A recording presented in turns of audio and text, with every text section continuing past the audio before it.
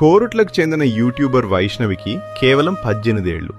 ఈమెకి Haribabu అనేవాడితో love marriage అయింది. తను 4 నెలల గర్భవతి కూడా. ఇదంతా పక్కన పెడితే ఈరోజు భర్త చేతిలోనే హత్య గురైంది. ఎందుకో తెలుసా? ఆస్తి కోసం. అవును, మీరు విన్నది నిజమే. ఆస్తి కోసం తను ప్రేమించి పెళ్లి చేసుకున్న భర్తే వైష్ణవిని చంపేశాడు. అసలు ఈ హరిబాబుగాడు వైష్ణవి వెంటపడి వేధించి తను ఒప్పుకోకపోతే విషం తాగేశాడంట. ఆ భయంతో వైష్ణవికి వీడినిచ్చి పెళ్లి చేశారంట వైష్ణవి కుటుంబం. ఇంత మంచి ఫ్యామిలీ ఎవరికైనా దొరుకుతుందా? వైష్ణవి వాళ్ల వంశం మొత్తంలో ఏకైక ఆడ సంతానం. వైష్ణవికి 15 మంది అన్నలున్నారు. ఈ 15 మంది అన్నలకి వైష్ణవి అంటే ప్రాణం అంట.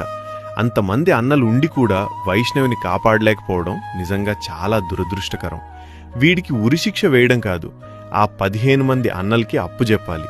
అప్పుడే ఆ చెల్లికి జరిగిన అన్యాయానికి సరైన శిక్ష పడుతుంది.